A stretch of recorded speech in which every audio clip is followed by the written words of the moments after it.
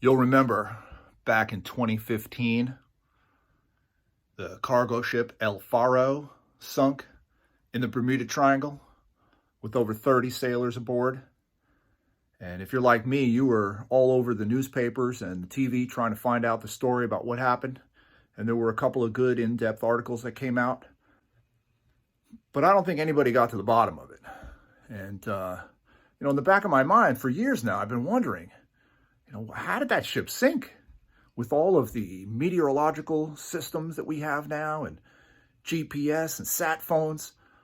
Why didn't somebody just call up the captain of that ship and tell him to get the hell out of the way of that storm?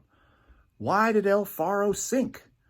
And over the years, I've wondered that. And then I was in the bookstore and I saw it. There it was. Into the Raging Sea by Rachel Slade. This story is awesome. Rachel Slade is a great writer, investigative journalist, and she meticulously, step by step, goes through the entire voyage of the ship. She tracks down the executives of the company that own the ship. She gets into the technology, the meteorological systems, the day-to-day operation on the ship.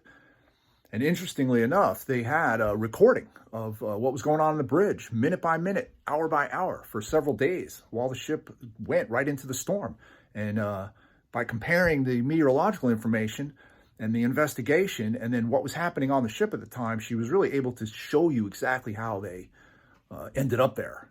Fascinating story. She goes back to the foundry where the ship was built and talks to the people that were the architects of the design of the ship and uncovers all kinds of potential problems.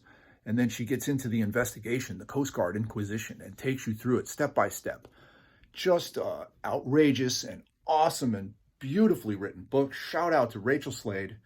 I highly recommend you get a copy of this, and you'll be tied. You'll be tied to it for 3 days while you read it cover to cover.